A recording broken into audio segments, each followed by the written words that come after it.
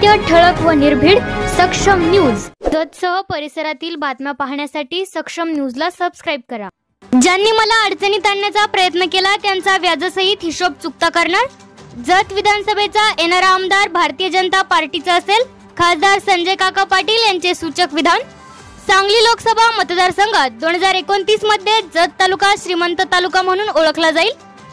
सांगली जिल्हा मध्यवर्ती बँकेचे संचालक प्रकाश जमदाडे यांचा 1 जून रोजी वाढदिवस निमित्त जत तालुका भारतीय जनता पार्टी व प्रकाशराव जमदाडे युथ फाउंडेशनच्या वतीने वाढदिवसानिमित्त जत येथील राज मल्टीपर्पज हॉलमध्ये अभिष्ट चिंतन सोहळा व भाजप कार्यकर्ता संवाद मेळाव्याला संबोधित करताना खासदार संजय काका म्हणाले की असं नेतृत्व आपल्याला आणखी पुढे न्यायचं आहे ही भूमिका या निमित्ताने मी व्यक्त करतो आणि जाता जाता एका गोष्टीला निश्चितपणाने स्पर्श करतो की जनी जनी आपल्याला चिंते काढले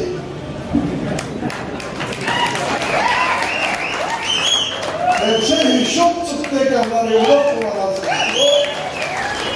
कारण त्यांना असं वाटलं की आता संजय पाटलाचा गळा दाबू शकतो.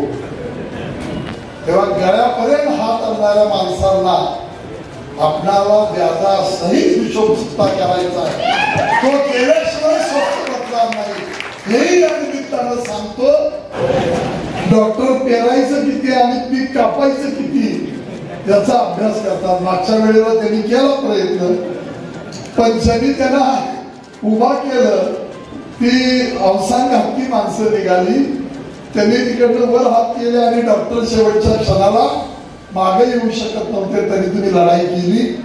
डॉक्टर आता आपल्याला भारतीय जनता पार्टीचा आमदार होणार आहे. आमदार करायचा आहे ते तुमच्या सगळ्यांच्या